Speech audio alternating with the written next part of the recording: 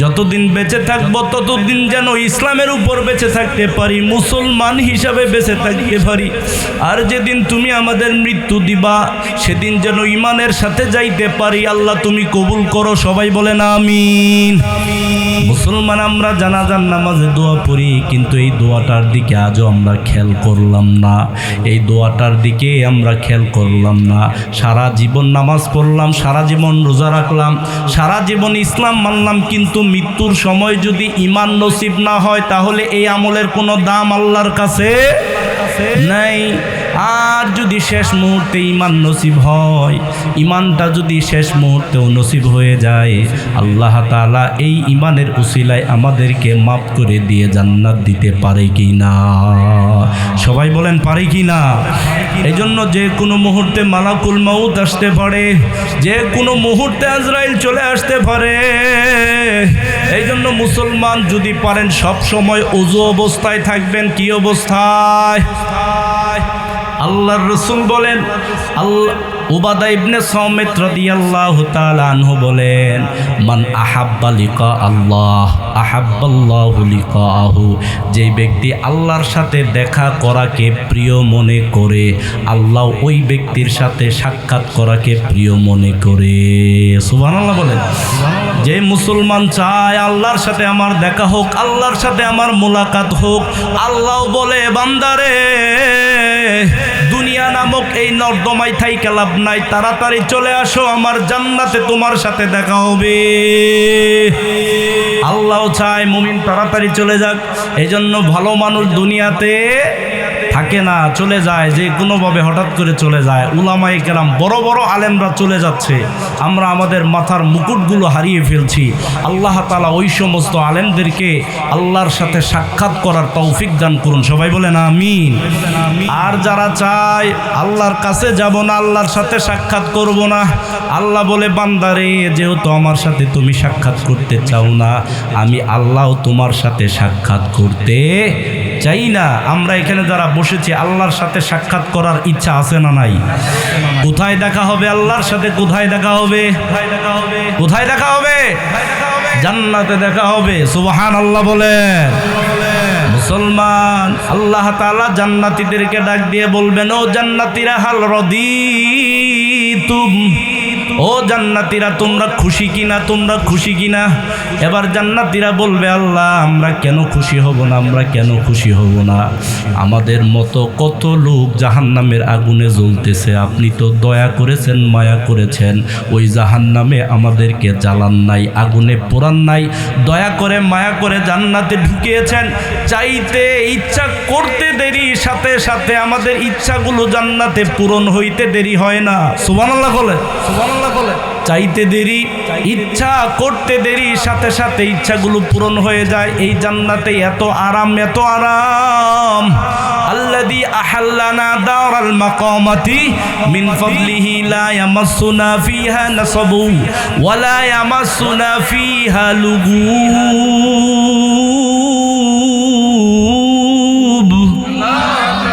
কোনো কষ্ট নাই, মানসিক কোনো যন্ত্রণা নাই, শারীরিক কোনো কষ্ট নাই। এত আরামের জায়গা, এত আরামের জায়গা, এই জায়গার মধ্যে আমাদের কোনো কষ্ট হচ্ছে না। এবার আল্লাহ তাআলা বলেন, এতদিন ধরে যত নিয়ামত তোমরা পেয়েছো, আজকে এমন একটা নিয়ামত তোমাদেরকে দেওয়া হবে, এই নিয়ামত ইতিপূর্বে আমি আল্লাহ তোমাদেরকে দেই নাই। সুবহানাল্লাহ বলেন। জান্নাতীরা অবাক হয়ে যাবে, কি ব্যাপার? জান্নাতীরা অবাক হয়ে যাবে, কি ব্যাপার, কি ব্যাপার, কি দিবেন আল্লাহ, কি দিবেন? তখন হাদিসের মধ্যে পাওয়া যায় আল্লাহ তাআলা জান্নাতি এবং তার মধ্যে পর্দাটা সরাইয়া দিবেন, পর্দাটা সরাইয়া দিবেন, সরাসরি জান্নাতীরা আমার আল্লাহ তাআলাকে দেখতে পাবে। তখন জান্নাতীদের কাছে মনে হবে, ও আল্লাহ, জান্নাতে তুমি যত নিয়ামত দিয়েছো, তোমার দিদারের চাইতে বড় কোনো নিয়ামত আমরা আর পাই নাই। সুবহানাল্লাহ। তাহলে আল্লাহর সাথে সাক্ষাৎ মুমিনের সবচাইতে বড় নিয়ামত, মুমিনের সবচাইতে বড় চাওয়া। যদি আমরা আল্লাহর সাথে সাক্ষাৎ করতে চাই, সাক্ষাৎ হবে জান্নাতে। আমরা সকলেই জান্নাতে যেতে রাজি আছি না নাই?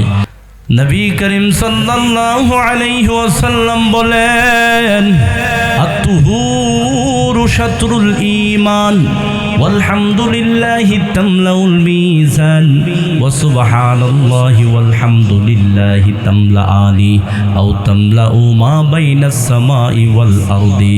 রাসূল বলেন, পবিত্রতা ঈমানের অঙ্গ। পবিত্রতা কিসের অঙ্গ? সবাই বলেন কিসের অঙ্গ? পবিত্রতা ঈমানের অঙ্গ। বিনা ওযুতে নামাজ হয় না, বিনা ওযুতে সালাত আদায় করা যায় না। এজন্য ওযু হচ্ছে ঈমানের একটা অঙ্গ, হচ্ছে তহারাত। পবিত্রতা ঈমানের অংশ, ঈমানের অঙ্গ। এরপরে রাসূল বলছেন, যে মুসলমান আল্লাহর বান্দা বান্দি আল্লাহকে খুশি করার জন্য একবার বলবে আলহামদু। সবাই বলেন কি বলবে? তাকে খুশি করার জন্য, আল্লাহকে খুশি করার জন্য কোন মুসলমান যখন আলহামদুলিল্লাহ বলবে, রাসূল বলেন এই একবার আলহামদুলিল্লাহ বলার কারণে আল্লাহ তাআলা ওই মুসলমান আল্লাহর বান্দা বান্দির মিজানের পাল্লাটা পরিপূর্ণ নেকি দ্বারা ভরপুর করে দিবেন। কেউ যদি এই আলহামদুলিল্লাহর সাথে সুবহানাল্লাহ শব্দ যোগ করে, কি শব্দ যোগ করে? তার মানে সুবহানাল্লাহি ওয়াল হামদুলিল্লাহ, এই দুইটা কথা যারা যোগ করবে, রাসূল বলেছেন ওই মুসলমান বান্দা বান্দির জন্য মিজানের দুইটা পাল্লাই আল্লাহ তাআলা নেকি দ্বারা ভরপুর করে দিবেন। বলেন সুবহানাল্লাহ। তাহলে মিজানের পাল্লা নেকি দ্বারা ভরপুর হয়ে যায় দুইটা শব্দের কারণে। দুইটা শব্দ বললে, এক নম্বর সুবহানাল্লাহ, দুই নম্বর আলহামদুলিল্লাহ।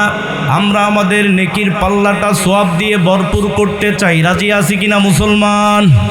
তাহলে বেশি বেশি সুবহানাল্লাহ আর আলহামদুলিল্লাহ বলবো। বেশি বেশি সুবহানাল্লাহ আর আলহামদুলিল্লাহ বললে নেকির পাল্লাটা সওয়াব দ্বারা যিনি ভরপুর করে দিবেন, বলেন তিনি কে?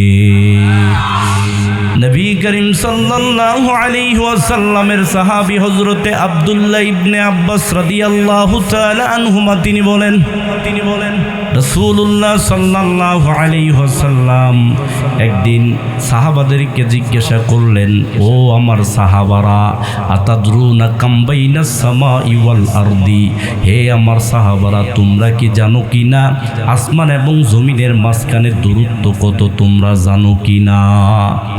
সাহাবায়ে কেরাম রাদিয়াল্লাহু তাআলা আনহুম আজমাইনদের একটা বৈশিষ্ট্য ছিল, এরা জানলেও বলতো না, কারণ রাসূলের মুখ থেকে শুনতে ভালোবাসতো। সুবহানাল্লাহ বলেন। রাসূলের মুখ থেকে তারা শুনতে ভালোবাসতো।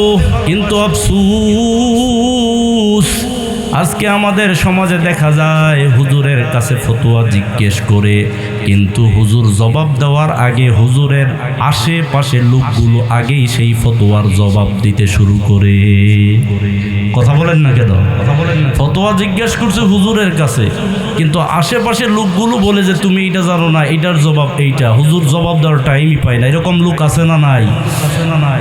সম্মানিত ভাইরা, রাসূলুল্লাহ সাল্লাল্লাহু আলাইহি ওয়াসাল্লাম সাহাবাদেরকে জিজ্ঞাসা করলেন, আসমান এবং জমিনের মাঝখানে ফাঁকা জায়গা আছে, এই ফাঁকা জায়গার দূরত্ব কত? তোমরা জানো কিনা?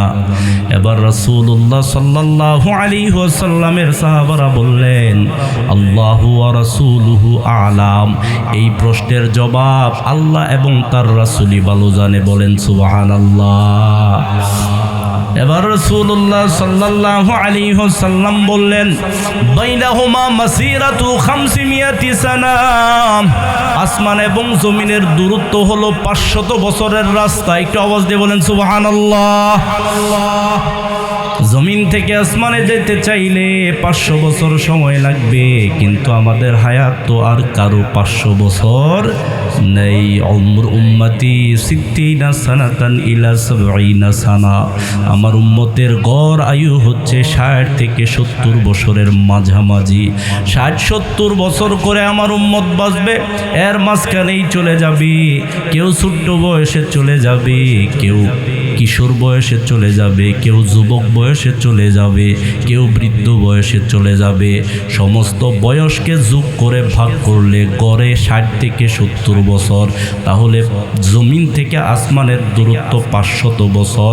কোন মানের দূরত্ব 500 আসমানকে স্পর্শ করা সম্ভব নয়।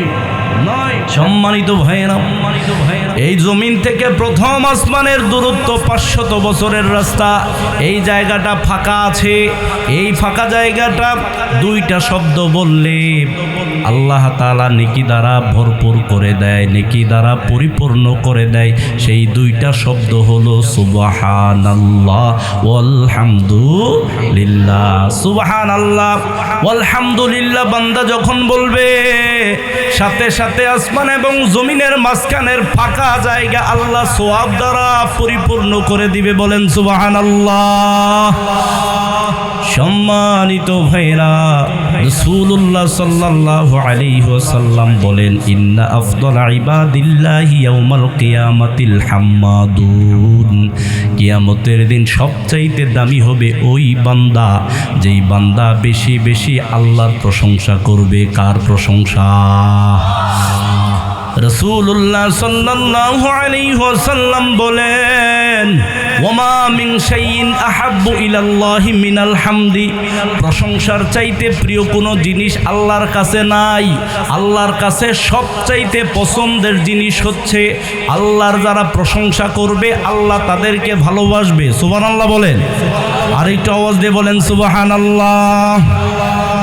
এই জন্য প্রত্যেক নামাজে এই প্রশংসা করার সূরা আল্লাহ তাআলা সেটিং করে দিয়েছেন। সূরাতুল হামদ প্রত্যেকটা নামাজের মধ্যে আছে। ফজরের 2 রাকাত সুন্নতের মধ্যে আলহামদু সূরা পড়তে হয় কি হয় না? কথা বলেন না কেন? ফজরের 2 রাকাত সুন্নতের মধ্যে আলহামদু সূরা পড়তে হয়। ফজরের 2 রাকাত ফরজের মধ্যেও আলহামদু সূরা আছে না নাই? আপনাদের কাছে যদি প্রশ্ন করি, 50 বছর তো আলহামদু সূরা পড়লাম, কিন্তু আগামী ফজরের নামাজে 1 রাকাতে পড়ব, আরেক রাকাতে পড়ব না। মুফতি সাহেব জবাব দিবেন, নামাজ হবে কি হবে না? হবে 2 রাকাতেই পড়তে হবে। ওই সূরা ছাড়া নামাজ হয়? আমাদের রাসূল বলেছেন এই সূরাটা পড়তেই হবে। প্রত্যেক নামাজ, ফজরের সুন্নতে আপনি যাবেন আলহামদু সূরা পড়া লাগবে, ফরজে যাবেন আলহামদু সূরা পড়া লাগবে, যোহরের 4 রাকাত সুন্নতে যাবেন আলহামদু সূরা পড়া লাগবে, যোহরের 4 রাকাত ফরজে আলহামদু সূরা পড়া লাগবে, এরপরে 2 রাকাত আলহামদু সূরা পড়া লাগবে, আসরের 4 রাকাতেও আলহামদু সূরা পড়া লাগবে, মাগরিবের 3-2 পড়া লাগবে, এশার নামাজ ফরজ 4 রাকাত পড়া লাগবে, 2 রাকাত সুন্নত পড়া লাগবে, 3 রাকাত বেতর পড়া লাগবে, তাহাজ্জুদ নামাজেও আলহামদু সূরা পড়া লাগবে। কারণ প্রত্যেক নামাজেই আল্লাহ তাআলা এই আলহামদু সূরাটা সেট করে দিয়েছেন। কারণ বান্দার মুখ থেকে আল্লাহ প্রশংসা শুনতে ভালোবাসে। বলেন সুবহানাল্লাহ। বান্দা যখন আল্লাহর প্রশংসা করে, আমরা যখন বলি আলহামদুলিল্লাহি রাব্বিল আলামিন,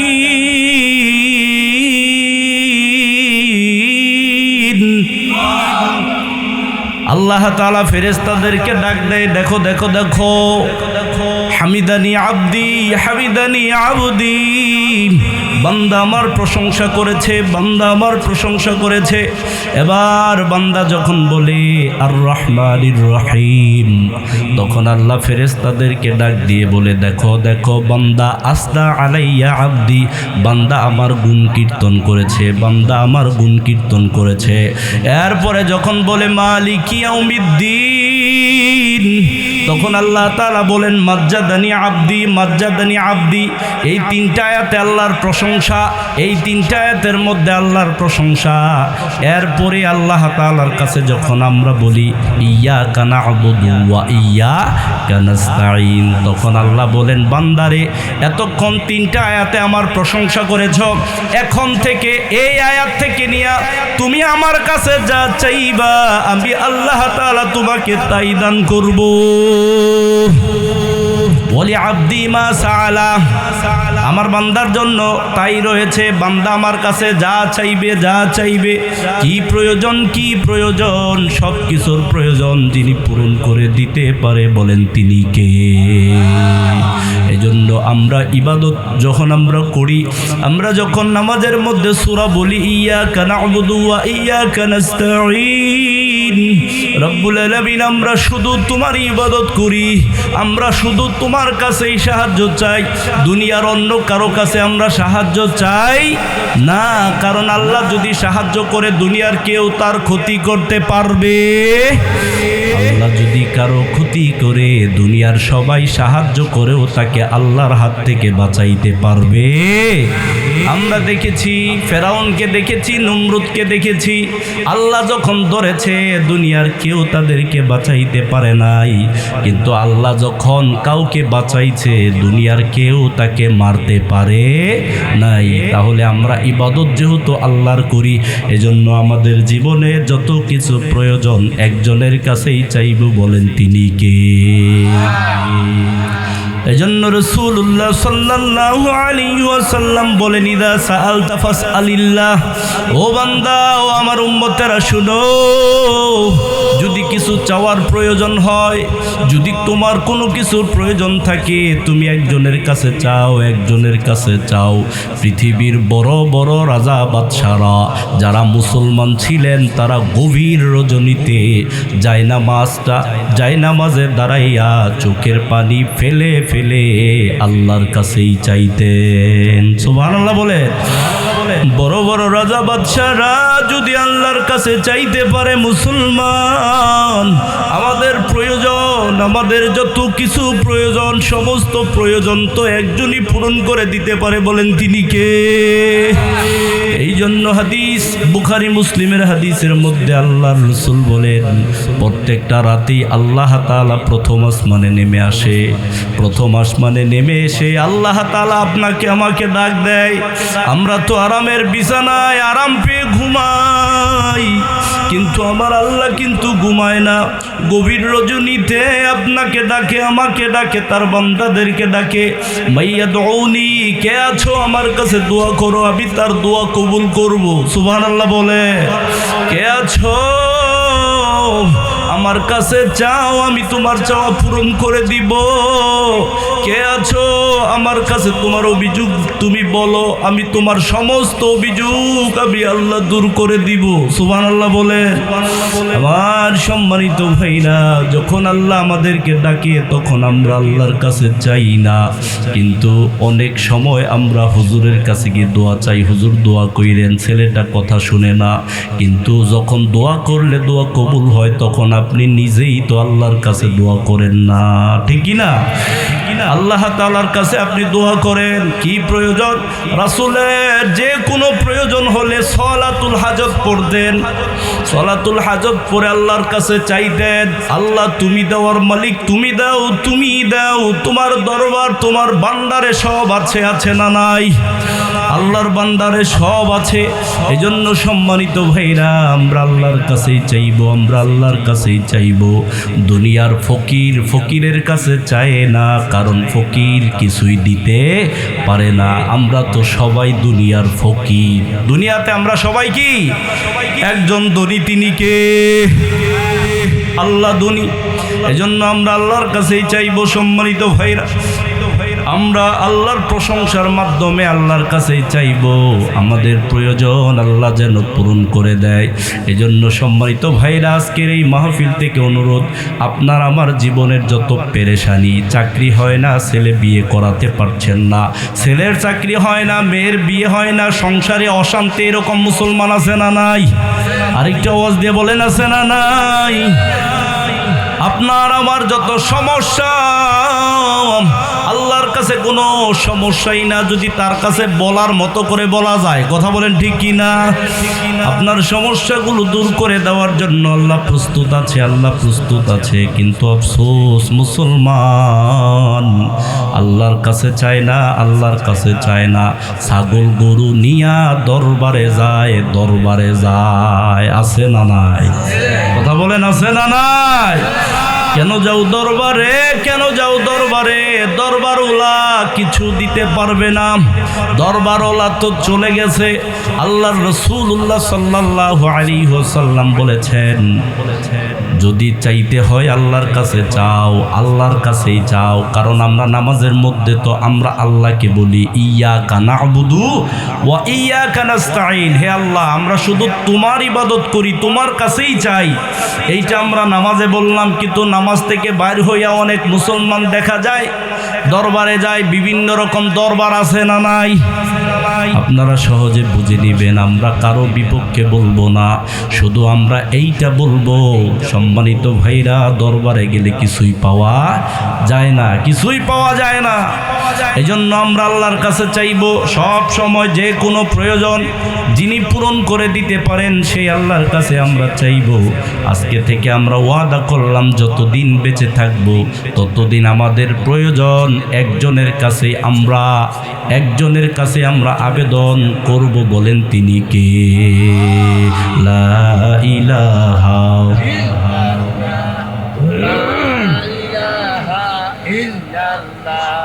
লা ইলাহা, সবাই লা ইলাহা,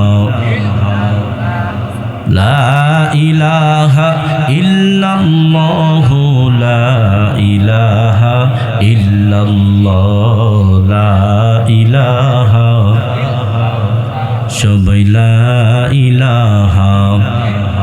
মাছ বাছে না পানি ছাড়াও, গাছ বাছে না শিকড় ছাড়া। কথা বলেন ঠিক কিনা? আর একটু আওয়াজ দিয়ে বলতে হবে ঠিক কিনা? মাছ বাছে না পানি ছাড়া, গাছ বাছে না শিকড় ছাড়া, মানুষ বাছে না রুহু ছাড়া, ভাই মানুষ বাছে না রুহু ছাড়া, মুমিন বাছে না জিকির ছাড়া, মুমিন বাছে না জিকির ছাড়া। লা ইলাহা, সবাই লা ইলাহা, লা ইলাহা, লা ইলাহা ইল্লাল্লাহু মুহাম্মাদুর রাসূলুল্লাহ। মুহাব্বতের সাথে পড়ি সাল্লাল্লাহু আলাইহি ওয়াসাল্লাম। আজকের রজনীটা খুবই গুরুত্বপূর্ণ। আজকে জুমার রাত, আগামীকাল জুমা। কথা বলেন ঠিক কিনা? যারা মুসলমান তাদের মনে থাকার কথা। তো সম্মানিত ভাইরা, আজকের রাতটা অত্যন্ত দামি রজনীতে আপনারা দামি আয়োজন করেছেন।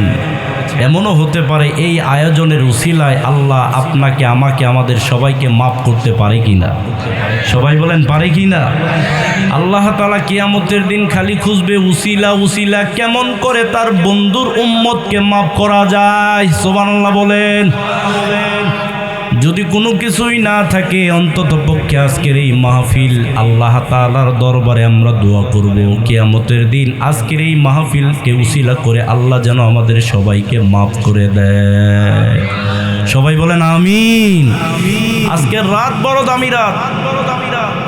এই রাতের খুব দাম, দিনেরও খুব দাম। আজকে রাতে, আগামীকাল দিনে যদি কোনো মুসলমান মারা যায়, লাভটা কি হবে? রাসূলুল্লাহ সাল্লাল্লাহু আলাইহি ওয়াসাল্লাম বলেন, জুমার রাতে অথবা দিনে কোনো মুসলমান যদি মারা যায় ইমানের সাথে, আল্লাহ তাআলা ওই মুসলমান বান্দা বান্দির কবরের আযাবকে মাফ করে দিবেন। আরেকটু আওয়াজ দিয়ে বলেন সুবহানাল্লাহ। কবরের আযাব মাফ হয় 5টা আমল করলে। কয়টা আমল করলে? এক নাম্বার হলো, যদি কেউ জুমার রাতে অথবা দিনে মারা যায় ইমানের সাথে। কিসের সাথে? বেঈমান হয়ে মারা গেলে লাভ নাই। কারণ পৃথিবীতে ইমানদারের সংখ্যা বেশি নাকি বেঈমানের সংখ্যা বেশি? কথা বলেন। বেঈমানের সংখ্যা বেশি। আবার যারা ইমানদার আছে এদের ইমানও মরা। ইমানের কিন্তু জীবন আছে। ইমান অনেক সময় ভালো কাজ না করার কারণে ইমানটা আস্তে আস্তে মরে যায়। এই জন্য এক শ্রেণীর মানুষ মাহফিল করে, আরেক শ্রেণীর মানুষ গান বাজায়। কথা বলেন ঠিক কিনা? ঠিক কিনা? এগুলো ইমান মরা ইমানের লক্ষণ। যাদের ইমান তাজা তারা আল্লাহর কোরআনের সাথে লেগে থাকে, আর যাদের ইমান মরা তারা হারাম কাজের সাথে লেগে থাকে। কথা বলেন ঠিক কিনা? তাহলে এখানে যারা এসেছি আমরা সকলের ইমানটা তাজা আছে, এই জন্য আমরা কোরআনের মাহফিলে এসেছি। আর যাদের ইমানটা আস্তে আস্তে মারা যাচ্ছে, দুর্বল হয়ে গেছে, এরা কিন্তু শয়তানের অনুগত, শয়তানের গোলাম হয়ে গেছে। আমরা শয়তানকে ধাক্কা মেরে যখন আমরা এই মাহফিলে এসেছি, আসতে দেরি বসতে দেরি, জীবনের গুনাহ আল্লাহ মাফ করতে দেরি করে নাই। আর একটু আওয়াজ দিয়ে বলেন সুবহানাল্লাহ। সম্মানিত ভাইরা, 5টা আমল করলে কবর আযাব মাফ হয়ে যায়। একটু আওয়াজ দিয়ে বলতে হবে কয়টা? আপনারা কি শুনতে রাজি আছেন? কারা কারা রাজি নাই দুহাত তুলে দেখান। আলহামদুলিল্লাহ। ওয়াজটা জোশে শুনলে হবে না, হুশে শুনতে হবে। যারা হাত তুলেছে এরা রাজি, কিন্তু ভুলে তুলে ফেলছে। কিন্তু তাদের মনের খবর দুনিয়ার কেউ না জানলে একজন জানে, তিনি কে? আর একটু আওয়াজ দিয়ে বলেন তিনি কে? অনেক ভুল আল্লাহর কাছে ভালো লাগে, অনেক ভুল আল্লাহর কাছে খুব পছন্দের। এক লোকের উট মরুভূমিতে হারিয়ে গেছে। উটটা খুঁজতে খুঁজতে ক্লান্ত শ্রান্ত হয়ে গাছের নিচে বসে ঘুমিয়ে গেছে। ঘুম থেকে উঠে দেখে যেই উট খুঁজতে খুঁজতে তিনি ক্লান্ত পরিশ্রান্ত হয়ে গাছের নিচে ঘুমিয়ে পড়েছে, সেই উট ঘুম থেকে উঠে দেখে তার সামনে হাজির। আর একটু আওয়াজ দিয়ে বলবেন না সুবহানাল্লাহ। এবার লোকটা আনন্দে আত্মহারা হয়ে বলছে, আল্লাহুম্মা আনতা আবদি ওয়া আনা রাব্বুক। হে আল্লাহ, তুমি আমার বান্দা, আমি তোমার রব। হে আল্লাহ, তুমি আমার বান্দা, আমি তোমার রব। বলেন কথা কি সোজা না উল্টা? কিন্তু ওই বান্দা কি বোঝাতে চায় দুনিয়ার কেউ না বুঝলে একজন বুঝে, তিনি কে? হাদিসের কিতাবে ওইভাবেই আছে, যতদিন হাদিসের কিতাব থাকবে ওইটা উল্টা ভাবেই পড়তে হবে। সুবহানাল্লাহ বলেন। তাহলে যারা হাত তুলেছেন এরা শোনার জন্য, বুঝার জন্য, তো এই ভুলটা যাতে না হয় ইনশাআল্লাহ। মুমিন যখন কথা শুনে, আল্লাযীনা ইয়াসতামিউনাল কাওলা, মুমিন যখন কথা শুনে খুব মনোযোগ দিয়ে শুনে, আমার সব কথা যে মানতে হবে বিষয়টা এমন নয়। আমার সব কথা মানার দরকার নাই, কিন্তু যা শুনবেন মনোযোগ দিয়ে, এইখান থেকে যেই কথাগুলো আপনার ভালো লাগে সেই কথাগুলো আমি মানার চেষ্টা করব। এমনও হতে পারে সেই মানার কারণে আল্লাহ ওই আমলকে উসিলা বানাই আমাদেরকে মাফ করে দিবেন। আর একটু আওয়াজ দিয়ে বলেন সুবহানাল্লাহ। যে কোনো উসিলায় আল্লাহ মাফ করে দিতে পারে বান্দাকে। কিয়ামতের দিন এরকম হাদিস পাওয়া যায়, রাসূলুল্লাহ সাল্লাল্লাহু আলাইহি ওয়াসাল্লাম বলেন, এক লোক রাস্তা দিয়ে যাচ্ছিলেন, হঠাৎ করে দেখলেন রাস্তার মধ্যে একটা ঢাল পড়ে আছে। অনেক সময় ঝড় তুফানে দেখবেন গাছের ঢাল ভেঙে রাস্তা বরাবর পড়ে থাকে, এরকম হয় কি হয় না? একটু আওয়াজ দিয়ে বলতে হবে, হয় কি হয় না? সম্মানিত ভাইয়েরা, লোকটা চিন্তা করলো এই রাস্তা দিয়ে কত মানুষ চলাচল করে, আজান হলে মুসল্লিরা মসজিদে যায়, কত অটোওয়ালা যায়, কত গাড়িওয়ালা যায়, এই ঢালটাকে যদি আমি রাস্তা থেকে সরাই দেই, আল্লাহ খুশি হবেন, মানুষের প্রতি রহম করা হবে, মানুষের প্রতি একটু সহযোগিতা করা হবে, চলাচলের যাতে সুবিধা হয়। এই জন্য এই লোকটা রাস্তা থেকে ঢাল সরাইয়া দিলেন। হাদিসের মধ্যে এসেছে এইটুকুন কাজের কারণে ও মুসলমান দুনিয়ার কেউ খুশি হয় না, একজন খুশি হয়ে গেছে, যিনি আসমান জমিনের মালিক, তিনি কে? রাস্তা থেকে ডাল সরানোর কারণে তিনি খুশি হয়ে গেছেন। হাদিসের মধ্যে এসেছে এই রাস্তা থেকে ঢাল সরানোর কারণে আল্লাহ ওই লোকের জীবনের গুনাহ মাফ করে দিয়ে তাকে জান্নাতি বানাইয়া দিয়েছে। এবার আপনাদের কাছে আমার প্রশ্ন হলো, একটা লোক রাস্তা থেকে যদি ডাল সরানোর কারণে আল্লাহ তাকে মাফ করে দিয়ে যদি জান্নাতি বানাইতে পারে, আমরা যদি কবরের আযাব থেকে বাঁচার যে 5টা আমল বলবো, সেই আমলগুলো যদি আমরা দিলের কান লাগাইয়া শুনে যদি আমল করতে পারি, বলেন তো আল্লাহ আমাদেরকে কবরের আযাব থেকে বাঁচাইতে পারে কি না? যাদের বিশ্বাস আছে তারা শুনবো, আর যাদের বিশ্বাস নাই, যদি মনে করেন যে হুজুররা এগুলো মিথ্যা কথা বলে, তাহলে তার ব্যাপারে আমাদের কিছু বলারও নাই। সম্মানিত ভাইরা, কবরের আযাব থেকে বাঁচার জন্য কয়টা আমল? একটু আওয়াজ দিয়ে বলতে হবে, কয়টা? স্বাভাবিক হাতে, ডান হাতে, আমার হাতে কয়টা আঙ্গুল দেখতে পাচ্ছেন? বাম হাতে, ডান পায়ে, বাম পায়ে কয়টা? কবরের আযাব থেকে বাঁচার জন্য বন্ধু 5টা আমলের কথা বলবো।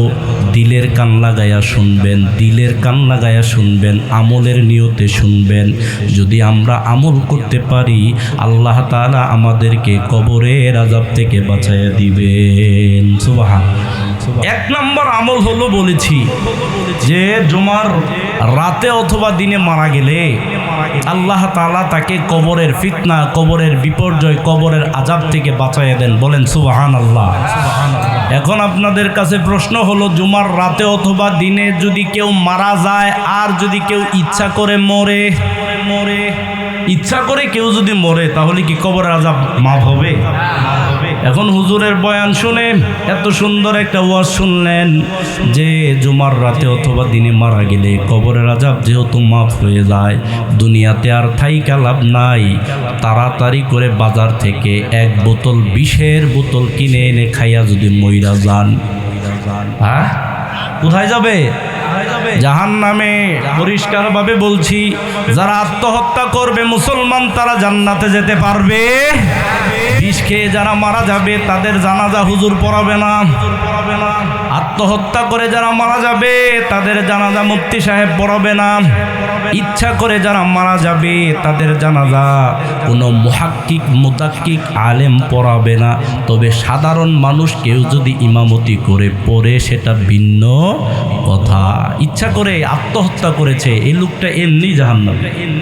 ওই লোকটারে আপনি জানাজা পড়াইয়া ইচ্ছা করলেও আপনি জান্নাতে ঢুকাইতে পারবেন না, কারণ আত্মহত্যা করা কবিরা গুনাহ।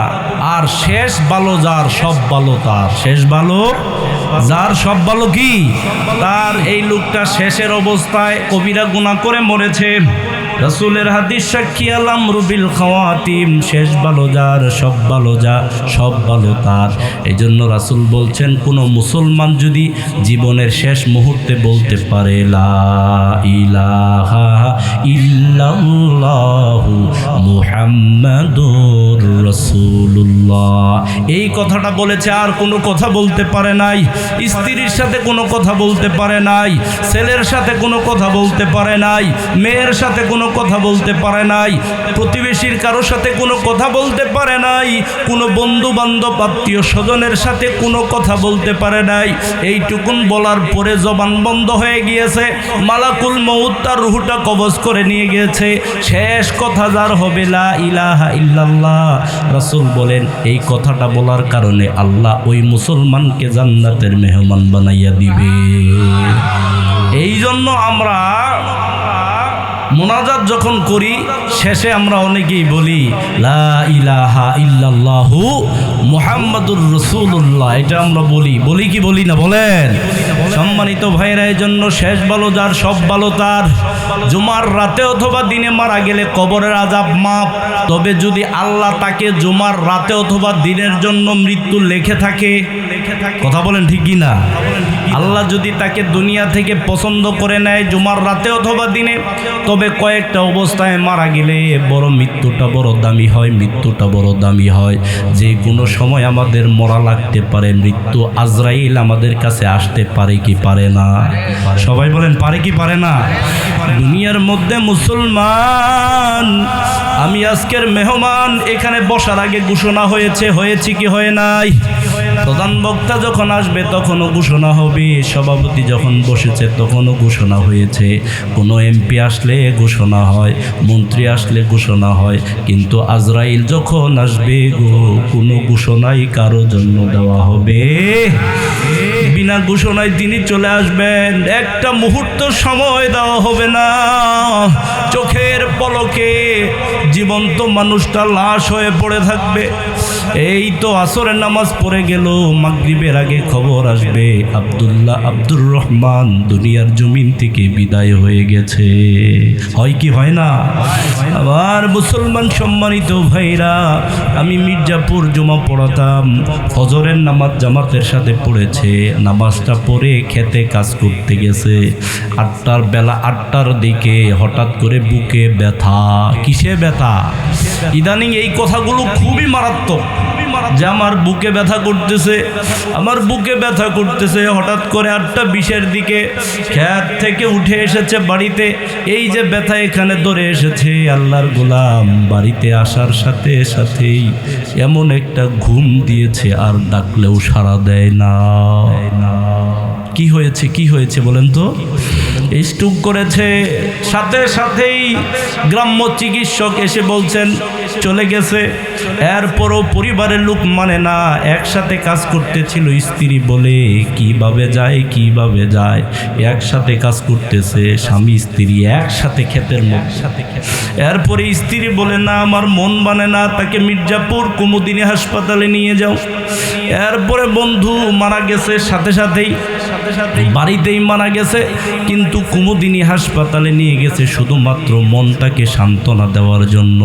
এবার কুমুদিনী হাসপাতালের সব ডাক্তাররা যদি একত্র হয়ে ওই লোকের চিকিৎসা করে, ওই লোকের মধ্যে রূহ ফেরত দেওয়া সম্ভব। যে কোনো মুহূর্তে মুসলমান আপনার আমার মৃত্যু হয়ে যেতে পারে, এজন্য আমরা প্রস্তুত থাকবো। আজরাইল আসার আগে কোনো ঘোষণা হয় না, চোখের পলকে আপনার আমার রূহটা বের হয়ে যেতে পারে। এই জন্য বক্তা অনেক ভাই দেখা যায় রাস্তা দিয়ে যখন চলি, এই কিছুদিন আগে এক বক্তা বয়ানরত অবস্থায়, গাইবান্ধার এক বক্তা বয়ান করতেছিল, এরকম আপনাদের মতো শ্রোতা সামনে নিয়ে বয়ান করতেছিল। হঠাৎ করে এই বয়ানের মধ্যে স্ট্রোক করে পরের দিন আল্লাহর গোলাম দুনিয়া থেকে বিদায়। তার মানে বোঝা গেল বক্তাও যে কোনো মুহূর্তে দুনিয়া থেকে চলে যেতে পারে, শ্রোতাও যে কোনো মুহূর্তে দুনিয়া থেকে চলে যেতে পারে কি পারে না। এজন্য সম্মানিত ভাইরা, পায়ে হাত ধরে অনুরোধ, আপনার শেষ কর্মের উপর ভিত্তি করে কিয়ামতের দিন ফয়সালা হবে। আপনি যদি নামাজরত অবস্থায়, সেজদা অবস্থায় যদি আল্লাহর কাছে যাইতে পারেন, নামাজরত অবস্থায়, সেজদা অবস্থায় যদি আল্লাহর কাছে যাইতে পারেন, আমার তো মনে হয় এইটুকুনের উসিলায় আল্লাহ আপনাকে মাফ করে দিয়ে জান্নাতি বানাইয়া দিবে। এরকম অনেক ইমাম সাহেবদেরকে দেখা যায় মাগরিবের নামাজের ইমামতি করছিল বরগুনার এক ইমাম। প্রথম রাকাত পড়েছে, দ্বিতীয় রাকাতে এক সিজদা দিয়েছে, দ্বিতীয় সিজদা থেকে আর উঠতে পারে নাই। এবার মুসল্লিরা সুবহানা রাব্বিয়াল আ'লা 3 বার পড়ছে, 5 বার পড়ছে, 7 বার পড়ছে। কিরে ব্যাপার, প্রথম সেজদা এত তাড়াতাড়ি হয়ে গেল, কিন্তু এখনো ইমাম সাহেব দ্বিতীয় সেজদা এত দেরি করে কেন? ও মুসলমান, অনেক মুসল্লিদেরকে দেখবেন নামাজের মধ্যে এদিকে তাকায় ওদিকে তাকায়, দেখে কি হয় না হয়। এক মুসল্লি যখন ইমাম এত লং টাইম সাজদা অবস্থায়, কি হলো ইমামের, কি হলো? এবার ইমামও দেখে সাজদা অবস্থায় সুবহানাল্লাহ রাব্বিয়াল আ'লা 3 বার পড়েছে, 5 বার পড়েছে, 7 বার, 9 বার, 11 বার, কিন্তু ইমাম সাহেব আর মাথা উঠায় না। হঠাৎ করে ইমাম সাহেবের পায়ে যখন একটু নাড়া দিছে, একটু ধাক্কা দিছে, ইমাম সাহেব ওই সাজদা অবস্থায় জায়নামাজের মধ্যে লুটিয়ে পড়েছে। সম্মানিত ভাইরা, আপনাদের কাছে বলতে চাই, ইমাম সাহেব যে সাজদা অবস্থায় মারা গেল, এই মৃত্যুর দাম আছে না নাই? সবাই বলেন আছে না নাই? এই জন্য আমি সব সময় আল্লাহর কাছে দোয়া করি, আল্লাহ মৃত্যু যেহেতু দিবা, যে কোনো জুমা, যে কোনো রমজান মাসে, যে কোনো জুমার রাতে অথবা দিনে সেজদা অবস্থায় তুমি আমাদের মৃত্যু দিও। আমিন বলেন, আর একটু আওয়াজ দিয়ে বলেন আমিন। সম্মানিত ভাইয়েরা, কারণ শেষ ভালো যার, সব ভালো তার।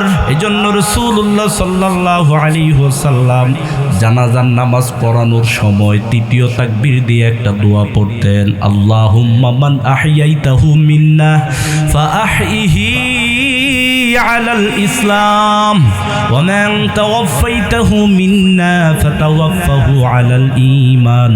হে আল্লাহ, যতদিন আমাদেরকে তুমি বাঁচায়া রাখবা ততদিন মুসলিম হিসাবে বাঁচায়া রাখবা। আমিন বলেন, আরেকটু আওয়াজ দিয়ে বলেন আমিন।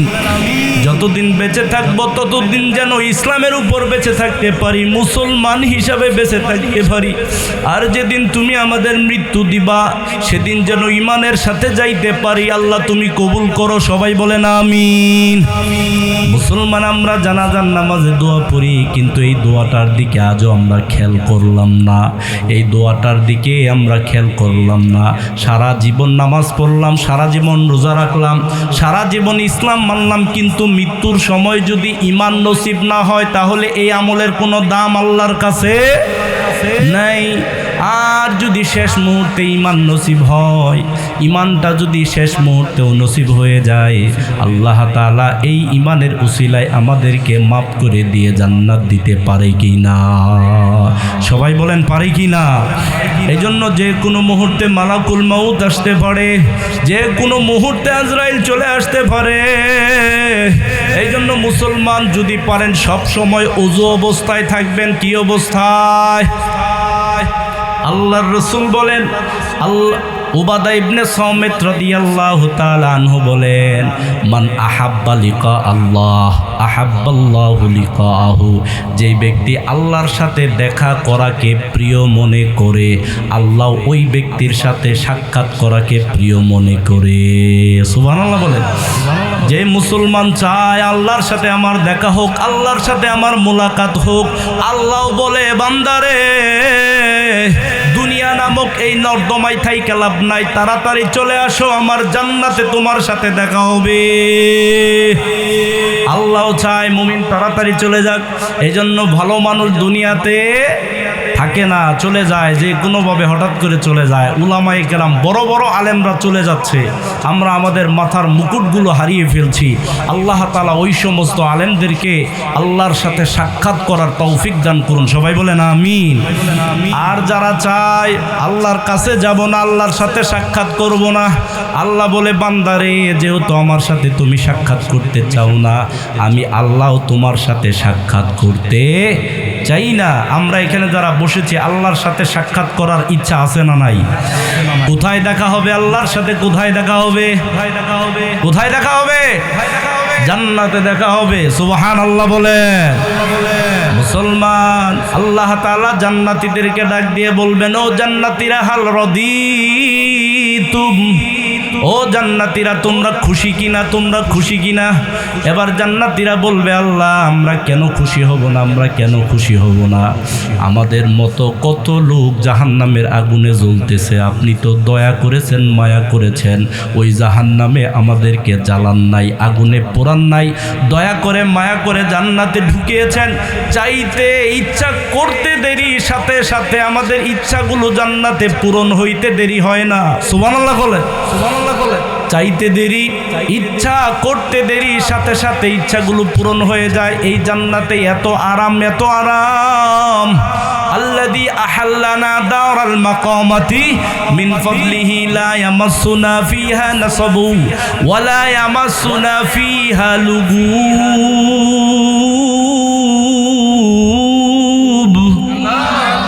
কোনো কষ্ট নাই, মানসিক কোনো যন্ত্রণা নাই, শারীরিক কোনো কষ্ট নাই। এত আরামের জায়গা, এত আরামের জায়গা। এই জায়গার মধ্যে আমাদের কোনো কষ্ট হচ্ছে না। এবার আল্লাহ তাআলা বলেন, এতদিন ধরে যত নিয়ামত তোমরা পেয়েছো, আজকে এমন একটা নিয়ামত তোমাদেরকে দেওয়া হবে, এই নিয়ামত ইতিপূর্বে আমি আল্লাহ তোমাদেরকে দেই নাই। সুবহানাল্লাহ বলেন। জান্নাতীরা অবাক হয়ে যাবে, কি ব্যাপার? জান্নাতীরা অবাক হয়ে যাবে, কি ব্যাপার, কি ব্যাপার, কি দিবেন আল্লাহ, কি দিবেন? তখন হাদিসের মধ্যে পাওয়া যায় আল্লাহ তাআলা জান্নাতি এবং তার মধ্যে পর্দাটা সরাইয়া দিবেন, পর্দাটা সরাইয়া দিবেন। সরাসরি জান্নাতীরা আমার আল্লাহ তাআলাকে দেখতে পাবে।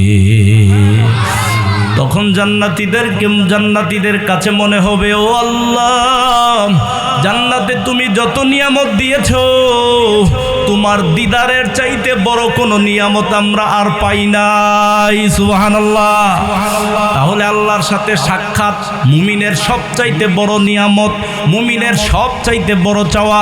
যদি আমরা আল্লাহর সাথে সাক্ষাৎ করতে চাই, সাক্ষাৎ হবে জান্নাতে। আমরা সকলেই জান্নাতে যেতে রাজি আছি না নাই? আমরাই তো জান্নাতে যাব, আমরাই জান্নাতে যাব। সুবহানাল্লাহ বলেন। হাদিসের মধ্যে এসেছে, পুরা জান্নাতীদেরকে আল্লাহ তাআলা, সব জান্নাতীদেরকে জান্নাতে ঢুকানোর পরে আল্লাহ তাআলা একদিন বলবেন, ও জান্নাতীরা, এবার তোমরা সবাই তো জান্নাতে ঢুকেছো। জান্নাতে ঢুকার পরে আল্লাহ তাআলা বলবেন, তোমরা কাতার করো। কি করো? আরেকটু আওয়াজ দিয়ে বলতে হবে, কি করো? কাতার করো। নামাজে মসজিদে কাতার আছে না নাই? প্রথম কাতার, দ্বিতীয় কাতার, তৃতীয় কাতার, চতুর্থ কাতার।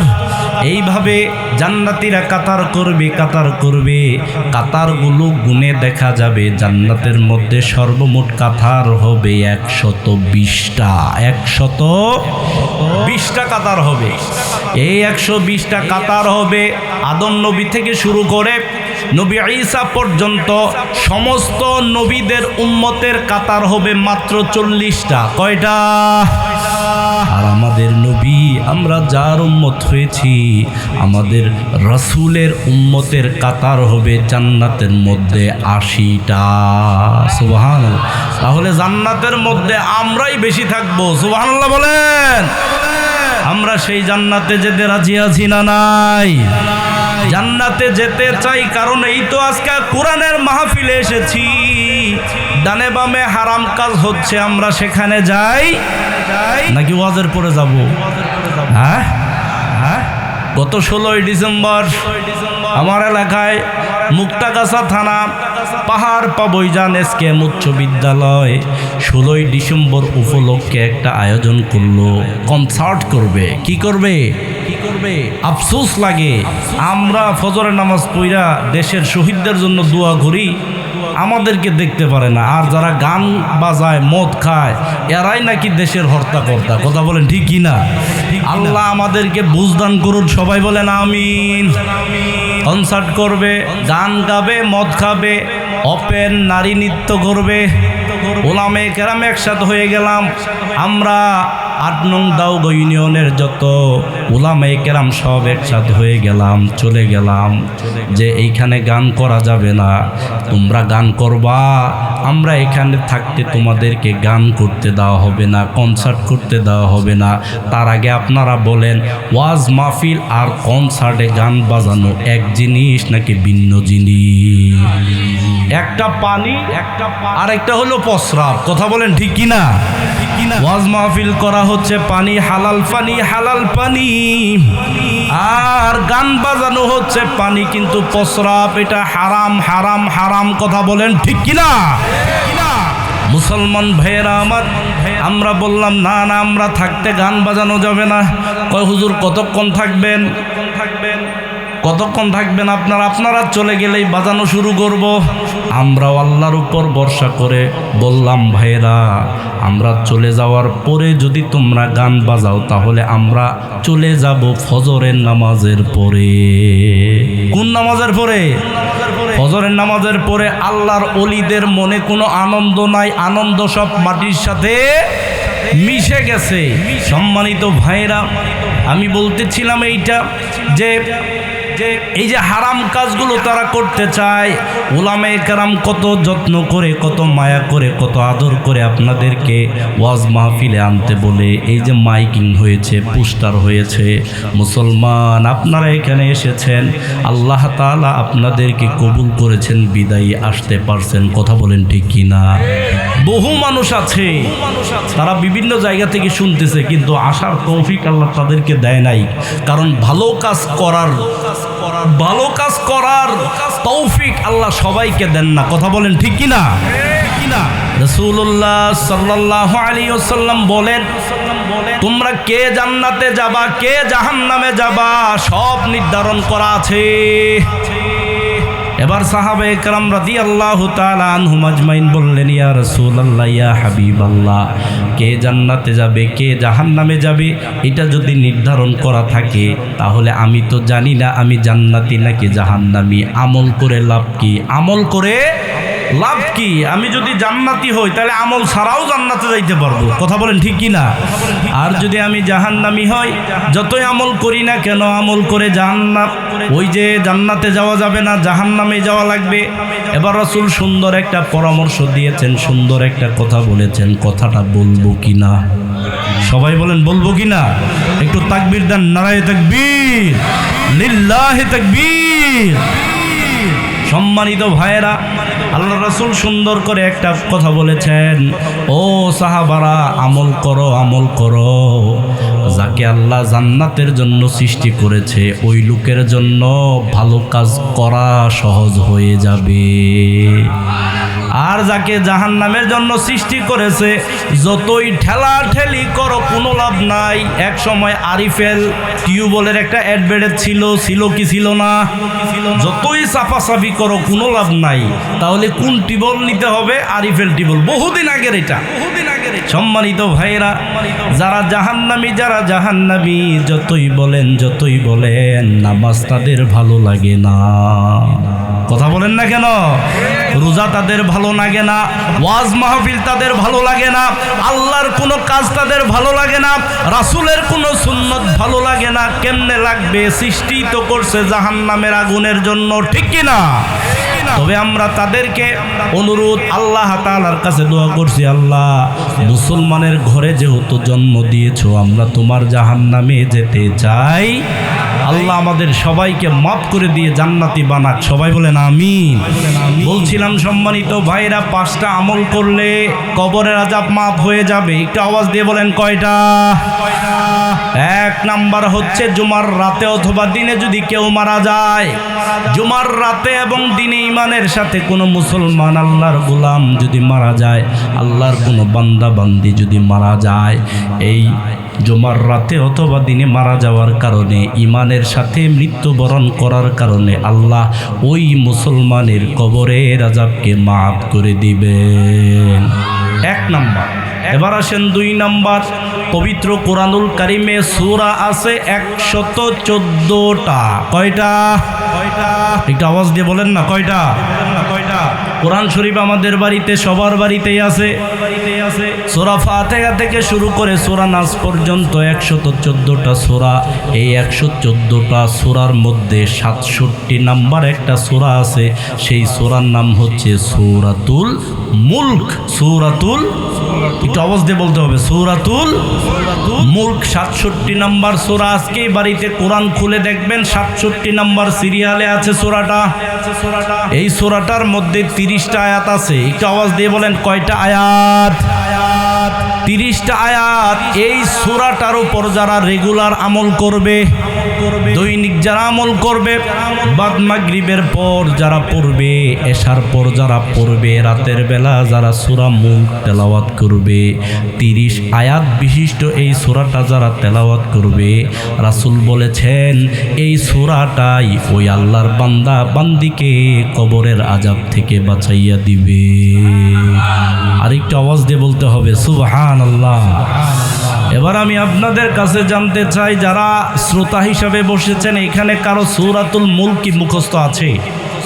কেউ কি মুখস্থ পারেন? একজন হাত তোলেন তো। এই যে আমার ছোট বাবাজি হাত তুলেছে। হ্যাঁ, আলহামদুলিল্লাহ, নারায়ে তাকবীর। এতগুলো মানুষের মধ্যে একজন ভাইকে আমি পেলাম যে সূরাতুল মুলক মুখস্থ পড়ে। মুখস্থ করতে পারলে ভালো। রাসূলুল্লাহ সাল্লাল্লাহু আলাইহি ওয়াসাল্লাম বলেন, আমার খুব আশা, আমার যদি প্রত্যেকটা উম্মতের সিনার মধ্যে এই সূরাটা মুখস্থ থাকে, আমার নবীর খুব আশা হয়, কারণ এই সূরাটা তাকে কবরের আযাব থেকে বাঁচাবে। সুবহানাল্লাহ। আমার ভাইয়েরা, মায়ের আশা ছেলে হিসাবে পূরণ করতে পারি, বাবার আশা ছেলে হিসাবে পূরণ করতে পারি, ছাত্র হিসাবে শিক্ষকের আশা পূরণ করতে পারি, কিন্তু উম্মত হিসেবে আমার রাসূলের আশাটা পূরণ করার দরকার আছে না নাই? রাসূল কি আশা করছেন? যে আমার মনের মধ্যে খুব আশা এই সূরাটা আমার প্রত্যেকটা উম্মতের সিনার মধ্যে থাকবে। এজন্য আজকের এই মাহফিল থেকে অনুরোধ করে গেলাম 30 আয়াত বিশিষ্ট এই সূরাটা কেউ যদি এক আয়াত করে মুখস্থ করে 30 দিন লাগবে। কয়দিন? 2 দিনে যদি করে তাহলে 60 দিন, 3 দিনে যদি করে 90 দিন। আপনি 90 দিন না, 60 দিন না, 6 মাস না, 1 বছর সময় নেন, এই সূরাটা তিলে তিলে তিলে যদি আপনি একটু একটু করে মুখস্থ করে যদি সিনার মধ্যে হেফজ করতে পারেন, সিনার মধ্যে যদি সংরক্ষণ করতে পারেন, এই সূরাটা মাগরিবের পরে অথবা এশার নামাজের পরে যদি প্রাত্যহিক আপনি আমি তেলাওয়াতের উপর আমল করতে পারি, এই সূরাটাই আপনাকে আমাকে কবরের আযাব থেকে বাঁচাইয়া দিবে।